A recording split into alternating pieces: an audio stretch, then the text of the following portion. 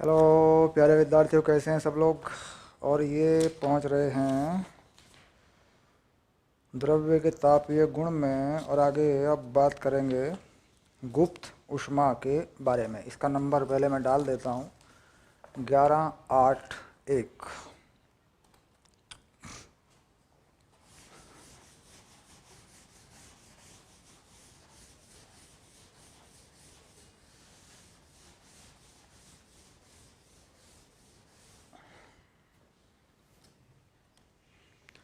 यह है 1181।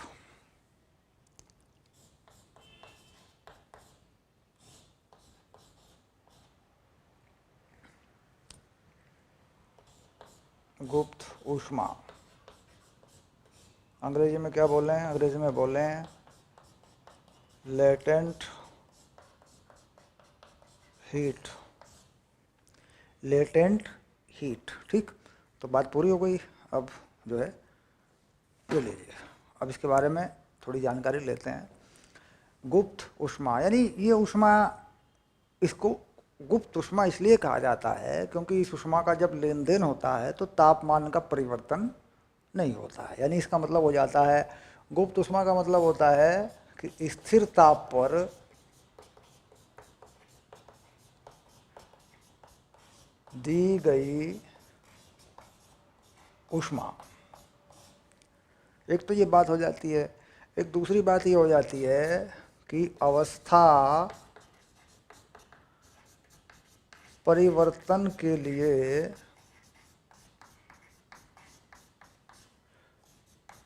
दी गई ऊष्मा, यानी एक तो ताप स्थिर हो उस पर ऊष्मा दी जाए, एक अवस्था परिवर्तन के लिए दी जाए, ठीक। अब यहाँ पर जो अवस्था परिवर्तन है, ठीक, वह क्या है? या तो बर्फ से पानी बने या जल से भाप बने, ठीक। और इसका उल्टा भी कर सकते हैं। यानी अगर बर्फ से पानी बनता है तो इसका मतलब होता है कि बर्फ गलेगा, गल जाएगा, है ना। इसे बोलते हैं गलना, यानी मेल्टिंग जिसे बोलते हैं। मेल्टिंग पॉइंट यानी वो तापमान जिस पर ऐसी घटना होती है। तो बर्फ़ का ये तापमान आप जानते हैं 0 डिग्री सेल्सियस, 0 डिग्री सेंटीग्रेड होता है। अब इसके बाद दूसरी चीज़ में ये होती है कि साहब परिभाषा कैसे बनाएं। तो परिभाषा बना देते हैं, एकांक द्रव्यमान को दी गई ऊष्मा। ये बात भी सिंपल है। किसी पदार्थ के एकांक द्रव्यमान को स्थिर ताप पर जो ऊष्मा दी जाती है, जो कि उसकी अवस्था को बदलती है, उसे कहते हैं गुप्त ऊष्मा। अब गुप्त ऊष्मा में ये दो तरीक़ों से परिभाषित हो जाती है। एक तो ये होती है कि ठोस से द्रव्य बनाने में, एक होती है द्रव्य से वाष्प बनाने में। तो जब ये ठोस से द्रव्य बनाएगा, यानी ठोस से द्रव्य, तो इसे क्या बोलेंगे? इसे बोलेंगे गलन की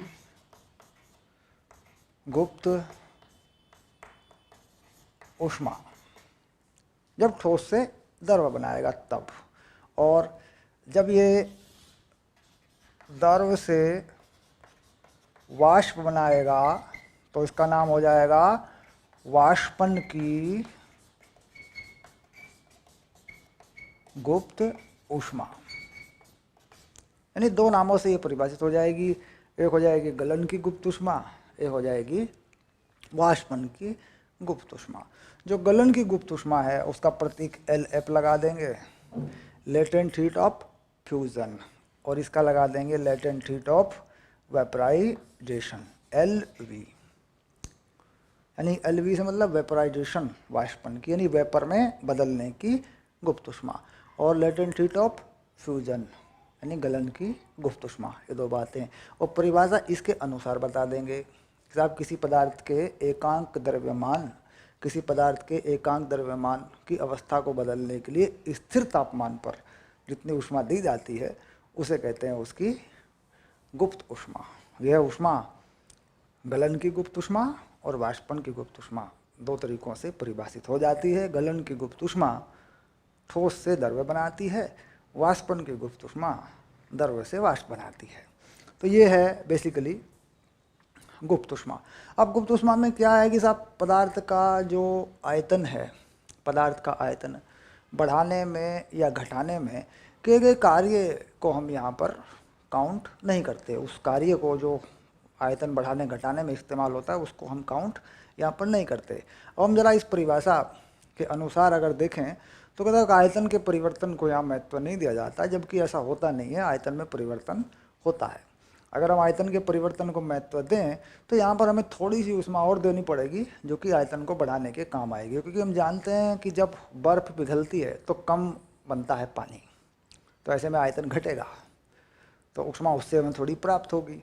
लेकिन जब जल से भाप बनती है तो आयतन बढ़ता है, तो वहाँ हमें कुछ कार्य भी करना पड़ेगा। तो अगर आयतन के परिवर्तन को इसमें नगण्य माना गया, आयतन के परिवर्तन को इसमें नगण्य मानकर ही ये परिभाषा बनाई गई है। ठीक, यानी स्थिर आयतन रखते हुए हम चले हैं, आयतन को स्थिर रखते हुए, लेकिन प्रायोगिक रूप से ऐसा होता नहीं है।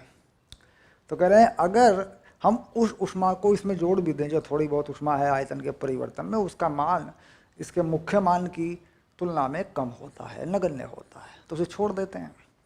ठीक, तो बात समझ रहे होंगे कि भाई आयतन में परिवर्तन को ज़्यादा काउंट नहीं किया गया, बस क्या किया, बर्फ़ को पानी बना दिया, पानी को भाप बना दिया या वेपर बना दिया या उसे स्टीम बना दिया, जो भी कहें। तो परिभाषाएं तो सरल हैं। एकांक द्रव्यमान के लिए, अवस्था परिवर्तन के लिए स्थिर तापमान पर दी गई ऊष्मा ही गुप्त ऊष्मा कहलाती है। परिभाषा तो बिल्कुल सरल हो गई है, जैसे चाहे बना के लिख दीजिए, इससे कोई फर्क नहीं पड़ता। ठीक, ओके, डन। अब इसको थोड़ा समझते हैं, ये चीज़ कैसे काम करती है।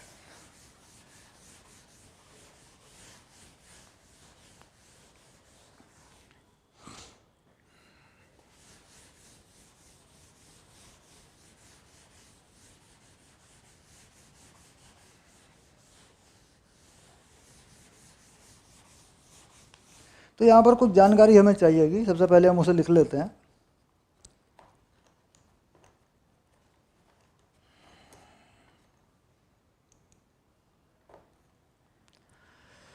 सबसे पहले हम जानकारी लेते हैं कि साहब बर्फ, जिसे कहते हैं हिम, के गलन की गुप्त ऊष्मा, ठीक, या हिम की गुप्त ऊष्मा, गलन की गुप्त ऊष्मा कह सकते हैं। ठीक, या हिम की गलन की गुल, ऐसे ही बोल सकते हैं। ठीक, ये आ गया। तो ये कितनी होती है, ये होती है मान लीजिए 80 कैलोरी प्रति ग्राम। इसे क्या बोल रहे हैं, इसे बोल रहे हैं LF।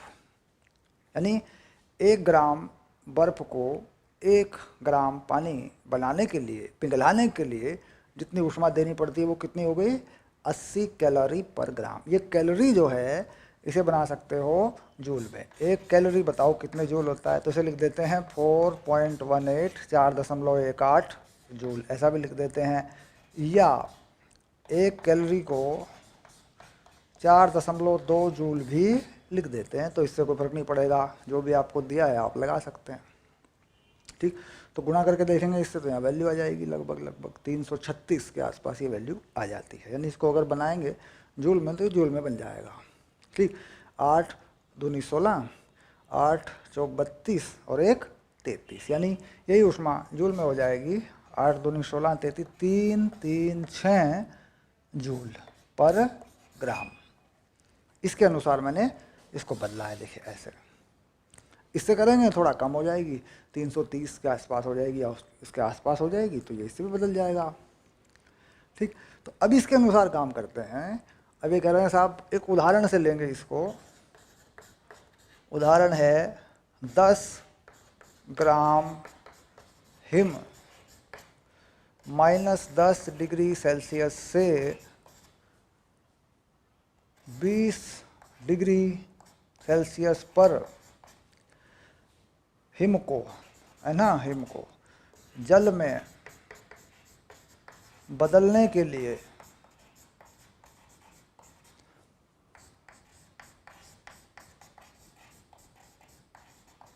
आवश्यक ऊष्मा की मात्रा ज्ञात कीजिए। अब जैसे ही हम ये उदाहरण करेंगे ये हमारी समझ में आ जाएगा, मामला आसानी से समझ में आ जाएगा। ठीक, 10 ग्राम हिम यानी बर्फ़ को -10 डिग्री सेल्सियस से 20 डिग्री पर पानी तक ले जाना है। ठीक, तो यहाँ पर देखिए कुछ चीज़ें होंगी। सबसे पहले क्या होगा कि साहब ये जो पानी है ना, सॉरी जो बर्फ़ है, ये जो बर्फ़ है ये -10 पे है। अब -10 पे तो अवस्था परिवर्तन होता नहीं है, क्योंकि ये जो कहानी है ये कहाँ होती है, ये होती है 0 डिग्री सेल्सियस पर। यानी अवस्था परिवर्तन के लिए एक तापमान होता है, यह तापमान या तो क्वथनांक हो सकता है या हिमांक हो सकता है या गलनांक कह सकते हैं, है ना। तो यानी जहाँ पर अवस्था बदलती है उसका एक तापमान होता है। जैसे कि 0 पर बर्फ़ है तो 0 पर पानी भी है, उस तरीके से होता है।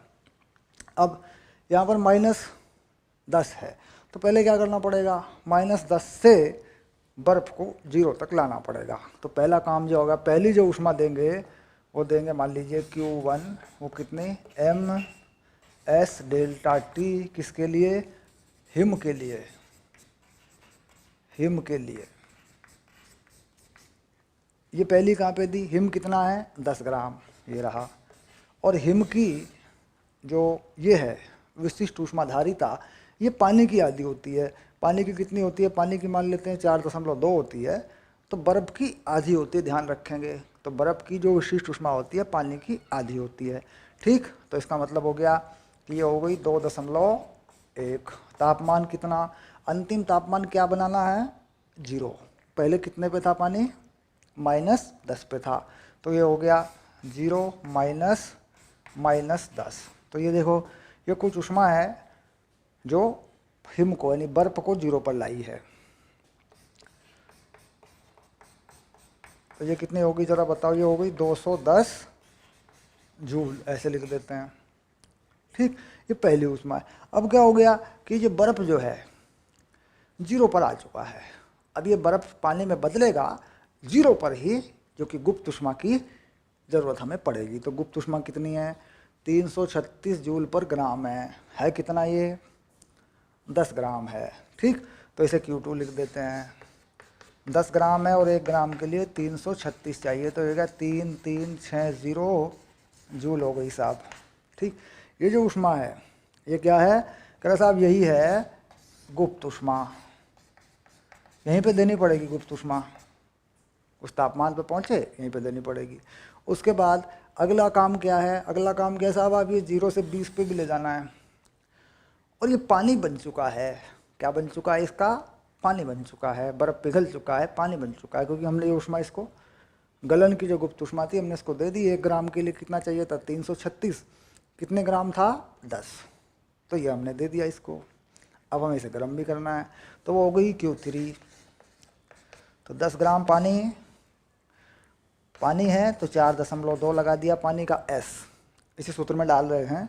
और तापमान बढ़ा दिया 20, पहले तापमान था 0, यानी 0 पर बर्फ़ का पानी बन चुका था, तो 0 पर था पानी, पानी को गर्म कर दिया तो 20 पे चला गया। तो ये हो गई तुम्हारी 200 गुना 4.2, तो ये हो गया। अब ये जो है यहाँ तक तो आ रहा है, इसके आगे मैं यहाँ लिख के दूँगा आपको, ये है Q3। ओके, चलिए इसी के आगे लिख देता हूँ, यहीं पे लिख देता हूँ, है ना। तो कितना, 42 दूनी 84, तो ये 840 जूल हो जाएगा। ऐसे गुणा करके देखेंगे तो 840 जूल बन जाएगा। ये 42 का ये दशमलव हटा लेंगे, सिंपल हो जाएगा। ठीक है, तो कुल मिलाकर तुमने कुल कितनी ऊष्मा दी है। सबसे पहली ऊष्मा बर्फ़ को माइनस में, अगर बर्फ़ है तो उसको 0 पे लाए। उसके बाद 0 पर उस बर्फ़ का तुमने पानी बना दिया। उसके बाद उस पानी को तुमने 20 डिग्री तक गर्म कर दिया। कुल मिला के 3 ऊष्माएँ तुमने दी हैं। तो कुल ऊष्मा तो लिख देंगे, हिम को दी गई कुल ऊष्मा, बड़ा सरल है, मतलब हिसाब किताब लगाना है, वही है यार। एक एक पैंट खरीद ली, एक शर्ट भी खरीद ली, एक जूता भी खरीद लिया, एक सारी चीज़ों का खर्चा जोड़ जोड़ के अपना जोड़ के कर दो फाइनल, ठीक। तो कुल मिला के तुमने 3 ऊष्मा दी हैं, 1, 2 और 3। तो ये हो गया देखो पहले वाली 210, 3360 और 840, इन्हें जोड़ दो। 0 0 0, ये 0 हो गया देखो। 4 6 10 और 1 11 हो गया। 8 और 3 11 और 2 13 और 1 14 हो गया, और ये 4 हो गया, ये आ गया देखो लो 4410 क्या बन गया, जूल। तो ये तुम्हारा उत्तर हो गया, सिंपल। तो इस तरह माइनस से पानी पे आ गए, पानी में बदल दिया इसको। अब एक और उदाहरण ले लेंगे थोड़ा सा, इस बार क्या करेंगे, वाष्पन की ऊष्मा को भी शामिल कर देंगे, ठीक। अब यहाँ देखो वो जानकारी ले लेते हैं पहले, पानी के वाष्पन की ऊष्मा, उसे दिखा देते हैं पहले। पानी के वाष्पन की गुप्त ऊष्मा, ठीक, यानी ये कितनी होती है। तो हम कह रहे हैं ये साहब, ये तापमान जो होता है वो 100 डिग्री सेल्सियस पर लिया जाता है, क्योंकि पानी उबलता है या उसकी अवस्था बदलती है क्वथनांक पर। ये कितना तापमान होता है, 100। तो 100 डिग्री पे क्या होगा, 1 ग्राम जल को 1 ग्राम वाष्प में बदलने के लिए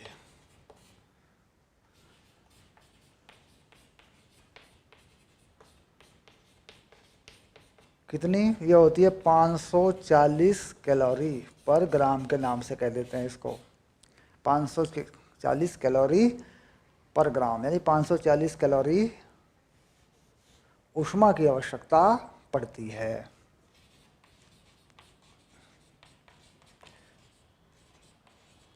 आवश्यकता पड़ती है। तो देखिए बोले बहुत सिंपल सी बात हो गई ये भी, ठीक।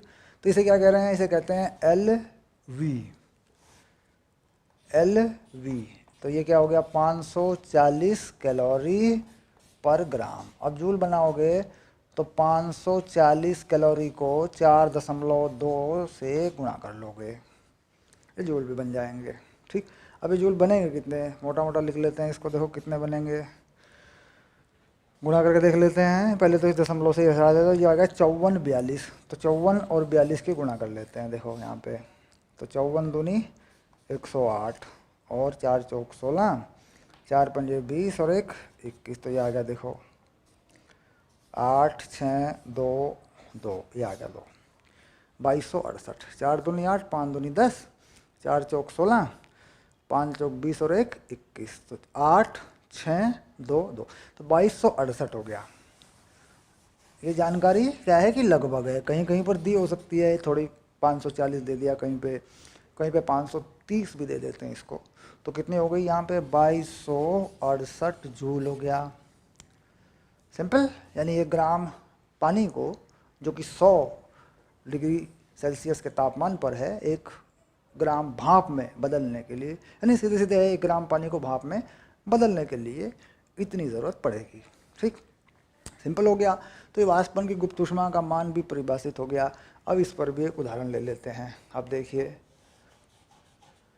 यहाँ आ गया 100 डिग्री सेल्सियस पर वाष्प में बदलने के लिए ऊष्मा की मात्रा ज्ञात कीजिए, ठीक। अब यहाँ पर देखिए ये काम तो करना ही पड़ेगा भाई, बर्फ़ को, यही सवाल है जो का, तो 0 से 10 पे तो लाना ही पड़ेगा ऊपर से। यहीं पे बर्फ़ को 0 से 0 पर पानी में भी बदलना ही पड़ेगा। यहाँ पर Q3 बदल जाएगी, क्योंकि इस बार हम पानी को कहाँ ले जा रहे हैं, 100 पे। बाद में उसे भाप में बदलेंगे, पहले 100 पे ले जाएंगे। पहले कितने पे ले गए थे, 20 डिग्री सेल्सियस पे।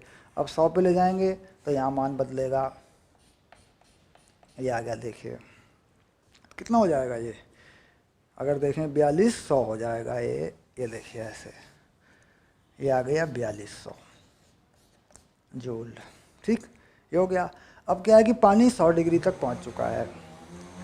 अब पानी को भाप भी बनाना है, तो यानी अब हमें एक ऊष्मा और देनी पड़ेगी। इसके अनुसार 1 ग्राम पानी को भाप में बदलना है तो कितनी ऊष्मा चाहिए, इतनी। और कितनी है ऊष्मा, कितनी मतलब कितने ग्राम पानी की ऊष्मा चाहिए, ये वाली चाहिए। तो यानी अब हमें यहाँ Q4 की आवश्यकता भी पड़ेगी। तो Q4 भी हमें देना पड़ेगा। कितना, कितने ग्राम पानी है, 10 ग्राम पानी है। 10 ग्राम बर्फ लेके चले थे, और कितनी ऊष्मा चाहिए भाप में बदलने के लिए 1 ग्राम के लिए, 68। तो अब कितना मान हो गया, 2280 जूल भी हमें चाहिए। ठीक, तो कुल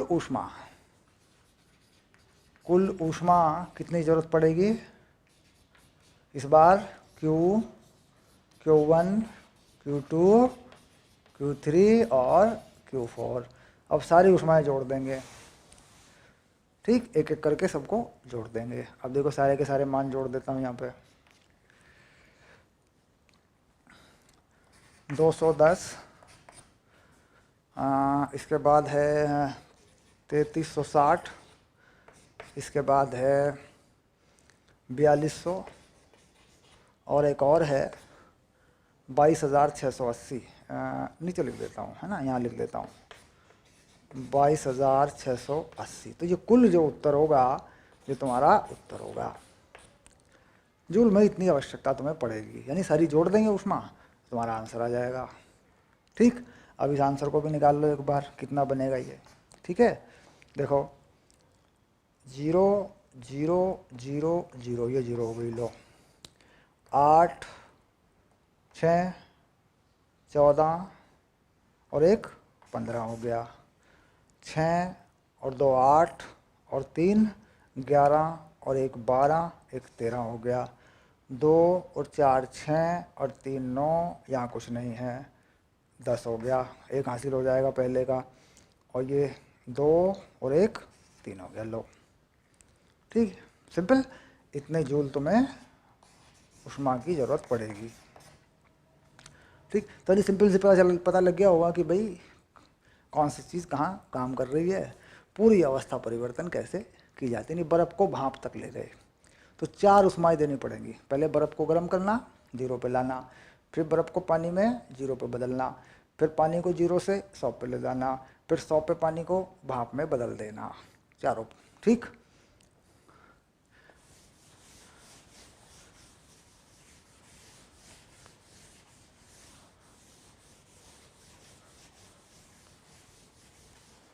अब देखो इस चीज़ को ग्राफ पे दिखाया जा सकता है। किस किस तरीके से तुमने ऊष्माएं दी हैं, ग्राफ पे दिखाया जा सकता है। तो हम जानते हैं कि जब अवस्था परिवर्तन होता है तब तापमान नहीं बदलता। अवस्था परिवर्तन जब होता है तब तापमान चेंज नहीं होता है। ठीक, तो ग्राफ बना देंगे इसका। देखो कैसे, यहाँ बना लेते हैं। लो, ये बना लिया मैंने तापमान T, और ये मैं ऊष्मा देते चल रहा हूँ। इधर मैंने क्या दिया, ऊष्मा दिए। लो ठीक, मान लीजिए कुछ बर्फ़ है और माइनस के तापमान पर है। यहाँ पर तापमान कितना मान लिया, 0 डिग्री सेल्सियस, और माइनस पर है। बर्फ़ है, इसका मतलब माइनस पर है। तो 0 पे लाने के लिए ऊष्मा देनी पड़ेगी, तापमान बढ़ेगा। माइनस, मान लीजिए माइनस का कोई तापमान है, -10 डिग्री सेल्सियस है, मोटा मोटा सोच लेते हैं। 0 पे लाना पड़ेगा, ऊष्मा देनी पड़ेगी। तो तापमान बढ़ेगा, ऊष्मा देनी पड़ेगी। तो ग्राफ कुछ इस तरीके से चलेगा। ये यहाँ चला गया, देखो, यानी कुछ ऊष्मा देनी पड़ेगी। जो ऊष्मा की मात्रा ये कितनी बताई गई थी, ये बताई गई थी Q1। ठीक, अब यहाँ पर बर्फ़ 0 पर है, इसी तापमान पर उसे पानी बनाना पड़ेगा। तो यहाँ पर तुम्हें और ऊष्मा देनी पड़ेगी। ये देखो, ये कितनी ऊष्मा दी थी तुमने, यहाँ से लेके यहाँ तक जो तुमने ऊष्मा दी थी वो कितनी दी थी, Q2, ये वाली ऊष्मा। तो ये इस तरीके से यहाँ ऐसे ना लिखें, इसको ऐसे लिखते हैं। देखो, यहाँ से लेकर यहाँ तक कितनी ऊष्मा दी थी, Q2, और यहाँ से लेकर यहाँ तक कितनी दी थी, Q1, ऐसे लिख सकते हैं। देखो ठीक, अब इसके बाद 0 पर पानी तैयार है, इसे कहाँ ले गए, 100 पे। तो 100 डिग्री का एक बना लीजिए, मान लीजिए यहाँ 100 डिग्री का तापमान है। ठीक, अब फिर से तापमान बढ़ेगा और ऊष्मा देनी पड़ेगी। तो ये जो ऊष्मा तुमने दी, ये वाली, ये कौन सा है, इसको क्या कह रहे थे, इसे कह रहे थे Q3, तापमान तो बढ़ा है ना। ठीक, इसके बाद और ऊष्मा तुमने दी तो इसको थोड़ा सा ऊपर बढ़ा लेते हैं, ऐसे यहाँ ले गए देखो इसको।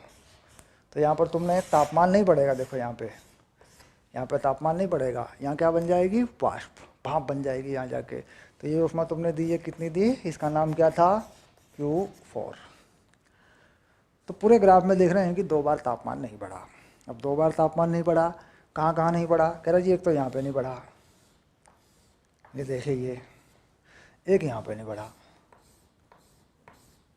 ठीक, यानी एक बार तापमान वहाँ नहीं बढ़ा जहाँ बर्फ़ से पानी बना था 0 पर, एक बार जहाँ पानी से भाप बनी थी, वाष्प बनी थी 100 डिग्री पर।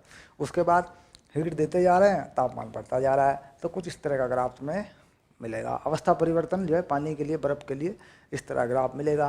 किसी भी पदार्थ के लिए ऐसा ही मिलेगा, किसी भी पदार्थ के लिए ऐसा ही मिलेगा। ठीक, तो बन गया। अब छोटे छोटे सवाल हैं एनसीईआरटी में, उसके उदाहरण को हल करेंगे। ठीक है, चलिए कर लेते हैं, एक बार समझ में आ जाएगा पूरी तरह। ये कोई मुश्किल टॉपिक नहीं है।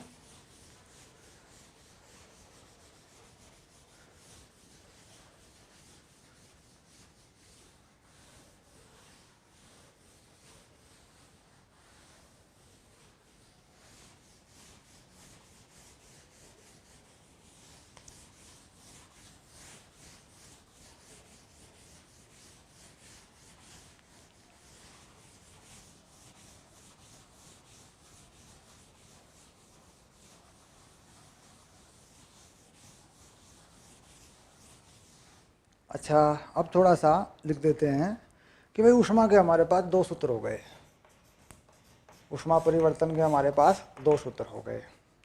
ठीक, क्या, एक तो हमारा हो गया delta Q ms delta T वाला। ठीक, ये कब है, ये कब है, जब अवस्था परिवर्तन ना हो, यानी जब अवस्था परिवर्तन ना हो, तो ये वो सूत्र हो गया। ये देखिए ये बन गया। और दूसरा क्या बन गया, दूसरा बन गया डेल्टा Q बराबर ml। ठीक, ये कब है, जब अवस्था परिवर्तन हो, ताप स्थिर हो। ठीक, अब देखो ये कहाँ पे काम करेगा, ये गलन के नाम पे काम करेगा। ऐसे कितना द्रव्यमान है, m ग्राम, 1 ग्राम के लिए कितनी चाहिए ऊष्मा, L। ये LF भी हो सकता है, LV भी हो सकता है, यानी ये गलन की भी हो सकती है, वाष्पन की भी हो सकती है। ये कब काम करेगा, जब पानी को गर्म कर रहे हैं पानी ही रहे, बर्फ़ को गर्म कर रहे हैं बर्फ़ ही रहे। ठीक, अवस्था ना बदले। ठीक, और अवस्था बदल गई तो जो पीछे वाला उदाहरण था, फिर हमने उसमें 4 प्रकार की, 3 प्रकार की ऊष्मा दी थी, वो जोड़ देंगे सारी। ठीक है, तो ये 2 सूत्र काम करेंगे, सूत्र तैयार हो गए। अब हम ले लेते हैं एनसीईआरटी का उदाहरण।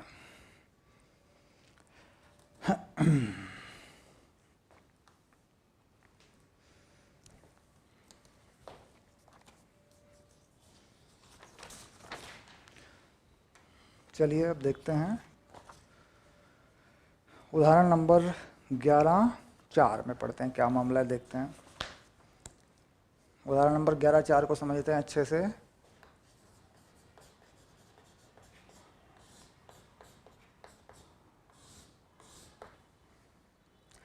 जब 0 डिग्री सेल्सियस पर रखे 0.15 हिम को किसी पात्र में भरे 50 डिग्री सेल्सियस के 30 किलोग्राम जल में मिलाया जाता है, तो मिश्रण का परिणामी ताप 6.7 डिग्री सेल्सियस हो जाता है। हिम के संगलन की ऊष्मा परिकलित कीजिए। यानी हिम के संगलन की ऊष्मा यानी LF हमें चाहिए। ठीक, इसकी हमें ज़रूरत है। ठीक, अब यहाँ पे 0 डिग्री पर तो बर्फ़ जो है, हिम जो है, हिम का ताप कितना है, 0 डिग्री सेल्सियस या सेंटीग्रेड जो बोलें। द्रव्यमान कितना है, द्रव्यमान है 0.15 किलोग्राम। ठीक, तो चलो बर्फ़ को तो पिघलाना तो पड़ेगा ही भाई, 0 पर है ये बर्फ़, पानी तो बनाना ही पड़ेगा। ठीक, तो अब आया 0 डिग्री सेल्सियस पर हिम से पानी बनाने के लिए दी गई ऊष्मा, क्या मान लें इसको, Q1 मान लें, ये होती है mLF। तो m कितना है, ऐसे ग्राम में रखोगे या किलोग्राम में रखोगे इससे कोई फ़र्क नहीं पड़ेगा, उत्तर तुम्हारा वैसा ही आ जाएगा। तो मान लीजिए मैं इसके ग्राम बना देता हूँ, मान के चलिए, तो ये हो गया 150 ग्राम और ये LF हो गया, कि हमें LF का मान नहीं पता, जो भी मान आएगा आ जाएगा। तो ये ऊष्मा हमने दे दी, बर्फ़ को पानी में बना लिया। अब पानी कितने पे आ गया, 0 पर। हमने क्या किया साहब, इस पानी को हम ले जा रहे हैं 6.7 डिग्री के तापमान पर। ठीक, इस पानी को कहाँ ले जा रहे हैं, 6.7 डिग्री के तापमान पर। ठीक, अब 150 ग्राम है ना, 150 ग्राम पानी को 6.7 डिग्री सेल्सियस ताप तक गर्म करने में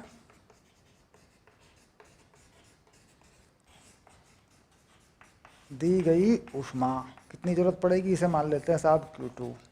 तो ये हो गया 150, पानी है 4.2 लगा देते हैं, और तापमान 0 से 6.7 हुआ है भाई, पर 0 बनाया, पहले तो 0 पे ही बना था ना बर्फ़ से पानी।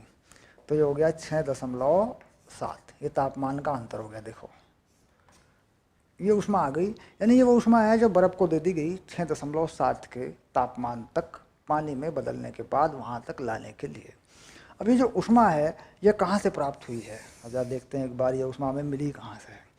कह रहा था हमारे पास एक पानी था जो कि 300 ग्राम पानी था, 0.3 किलोग्राम था, और ये 50 डिग्री सेल्सियस पर था, यानी ये पानी भी अंतिम तापमान 6.7 तक ठंडा हुआ होगा। तो 300 ग्राम पानी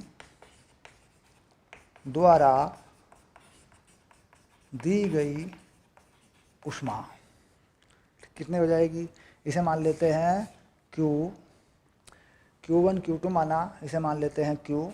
ये कितनी हो जाएगी, 300 ग्राम पानी, पानी की विशिष्ट ऊष्मा धारिता 4.2, और ये आया है 50 से 6.7।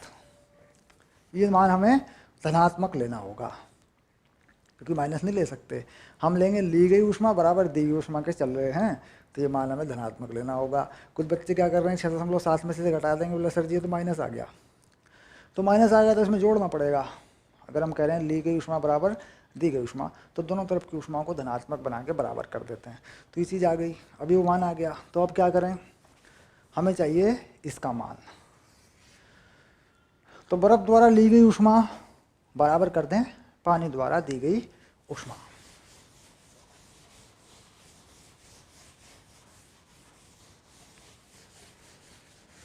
तो बर्फ़ द्वारा ली गई ऊष्मा कितनी है, तो पहला तो यही है कि साहब बर्फ़ को पिघलाया गया था, पानी बनाया गया था 0 पे, पहले तो यही है 150 LF।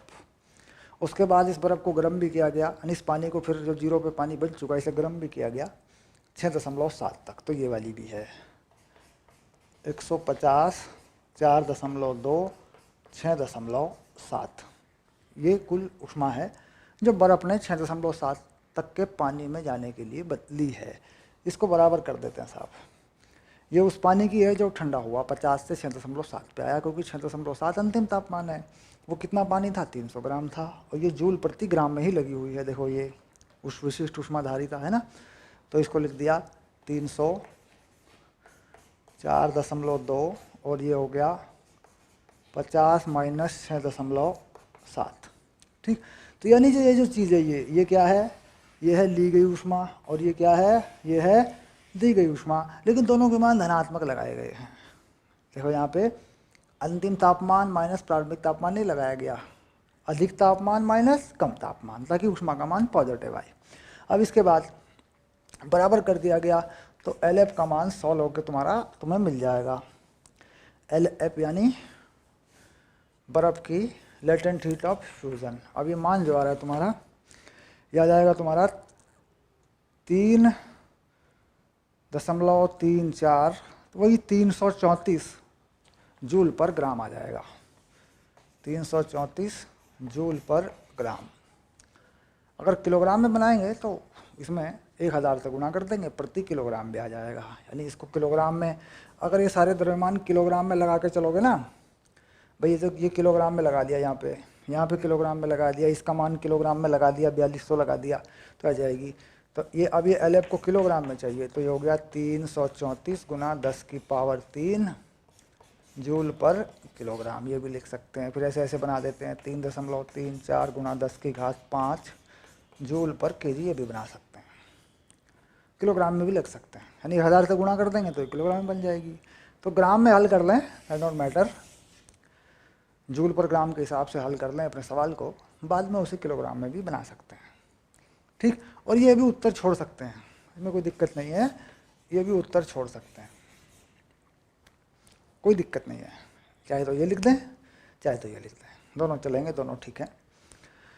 तो कुल मिला के ये सवाल जो है इस तरीके से लिया। अब हम इस सवाल को ऊष्मामिति के नियम के जो मुख्य समीकरण है उससे भी कर सकते हैं। अब मैं उससे करके बताता हूँ आपको, ठीक है। अब देखिए,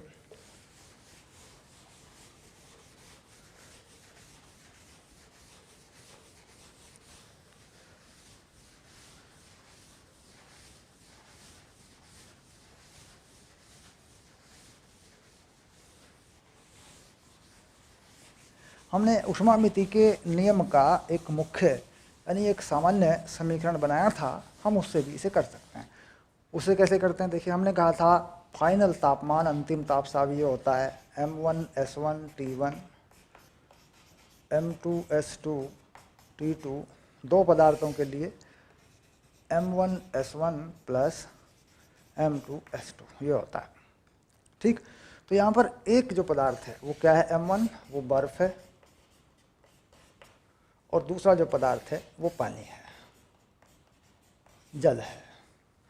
पानी ठंडा होगा जो कि 50 डिग्री पर है, बर्फ गर्म होगा, पहले पिघलेगा फिर गर्म होगा जो कि 0 डिग्री सेल्सियस पर है। यहाँ पर हमें ये करना होता है, मान लीजिए हमें हीट की आवश्यकता है, क्योंकि बर्फ़ को पिघलाना भी पड़ेगा आपको, बर्फ़ को पिघलाना पड़ता है आपको, तो बर्फ़ को पिघलाने में भी आपकी ऊष्मा की मात्रा खर्च होगी, और वो यहीं से होगी, ये बात भी जाहिर है कि वो यहीं से खर्च होगी। ठीक, तो क्या करते हैं, उसको यहाँ घटा देते हैं, MLF बस। और कौन सा M है, M1 है ना, तो ये M1 आ गया। ठीक, ये ज़रूरत पड़ेगी आपको ऊष्मा की। और ये जो चीज़ है, ये वाली चीज़, इसे भी घटा देते हैं ऐसे। ठीक, ऐसे करके लिख देते हैं। खैर छोड़िए, हम क्या करते हैं कि यहाँ जो ऊष्मा की मात्रा है, हम उसको इसमें से घटा के लिख देते हैं, -M1LF हम लिख देते हैं। भाई यहाँ पे ऊष्मा की ज़रूरत पड़ेगी, क्योंकि ऊष्मा प्राप्त तो हुई नहीं, बल्कि इसमें से ऊष्मा चली गई। पहले M1S1 T1 ये सब ऊष्माएं थी, इसमें से गायब हुई, उसके बाद बना, यानी घटा दिया इसको। अगर उल्टा हो रहा था, मतलब भाप से मान लीजिए पानी बन रहा होता, भाप से पानी बन रहा होता, जोड़ देते, पानी से बर्फ़ बन रहा होता, जोड़ देते, लेकिन प्रक्रिया कहाँ चल रही है, बर्फ़ से पानी की तरफ, तो यानी ज़रूरत पड़ेगी तो घटा देना है, बस काम ख़त्म।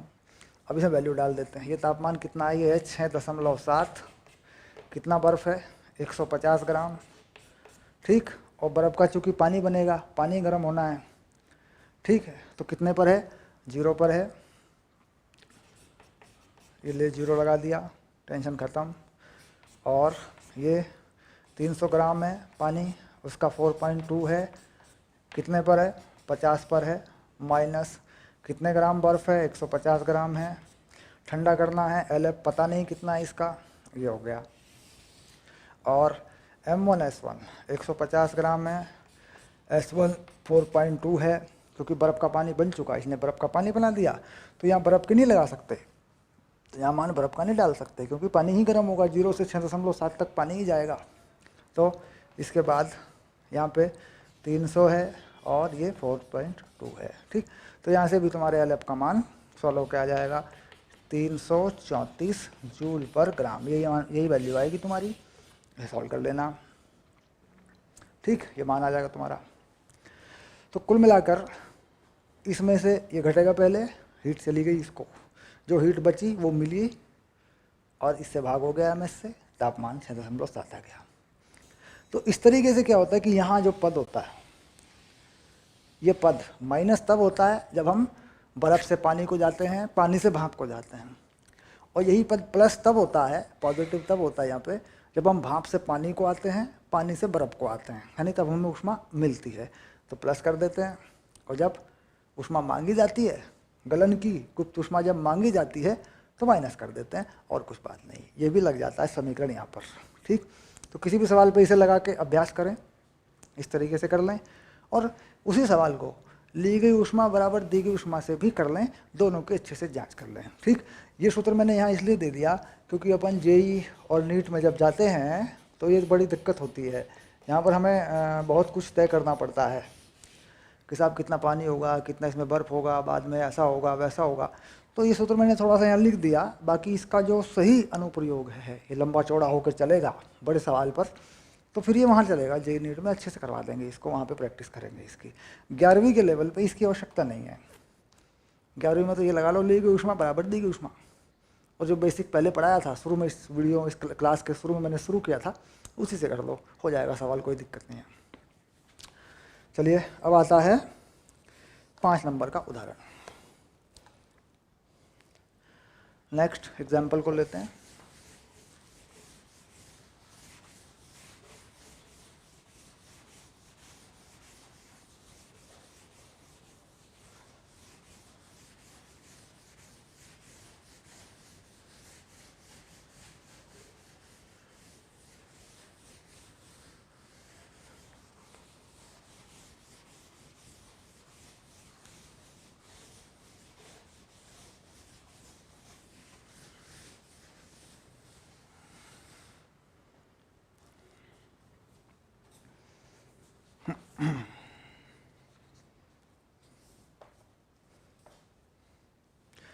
तो ये है उदाहरण नंबर 11.5।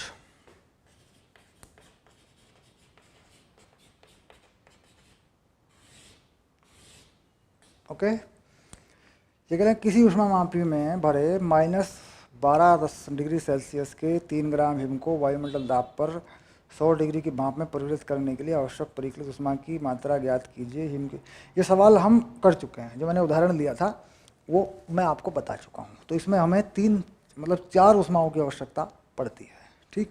तो यानी Q जो जरूरत पड़ती है हमें, ये पड़ती है Q1, Q2 और Q3 और Q4, ठीक। पहली जो ऊष्मा हमें ज़रूरत पड़ती है वो बर्फ़ को 0 तक लाने पे हमें उसकी ज़रूरत पड़ती है। बर्फ़ कितने पे है?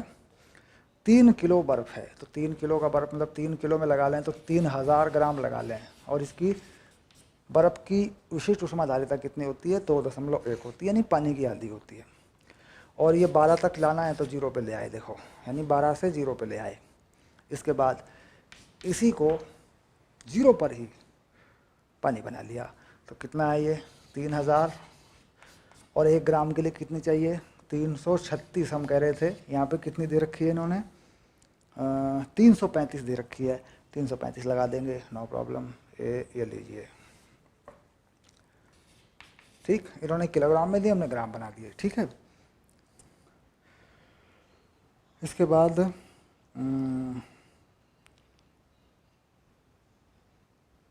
335 हिम के संगलन की गुप्त ऊष्मा, ठीक है, ग्राम में बना दिया। इसके बाद आगे बढ़ते हैं। अब इसको 0 पर पानी बन चुका है, अब इस पानी को 100 तक ले जाते हैं। पानी कितना है? 3000 किलो ही है, 4.2 है, ये पानी चला गया 100 तक, ठीक। प्लस अब यही पानी भाप बनेगा। पानी है 3000 ग्राम, और भाप के लिए ऊष्मा दे रखी है इन्होंने 2256, 2256, ठीक, जूल पर ग्राम, ठीक। तो कुल मिला के सारा उत्तर किस में आ गया? ये हो गया जूल में। ओके, ये तुम्हारा उत्तर हो गया। सबको जोड़ दो, आंसर आ जाएगा। यानी ये किसके लिए है? बर्फ़ को जीरो तक लाने के लिए। ये वाली है ना, ये वाली, ये क्या है, बर्फ़ को पानी बदम में बनाने के लिए, ये पानी को 100 तक गर्म करने के लिए, और ये पानी को भाप बनाने के लिए। यानी जो पहला उदाहरण दिया था बहुत अच्छे से, उसमें ये मान लगा दिए मैंने, उत्तर आ जाएगा। ठीक, सीधा सीधा सवाल हो गया। Okay done. अब चलेंगे ऊष्मा स्थानांतरण पर, आते हैं अगली क्लास में। ठीक है।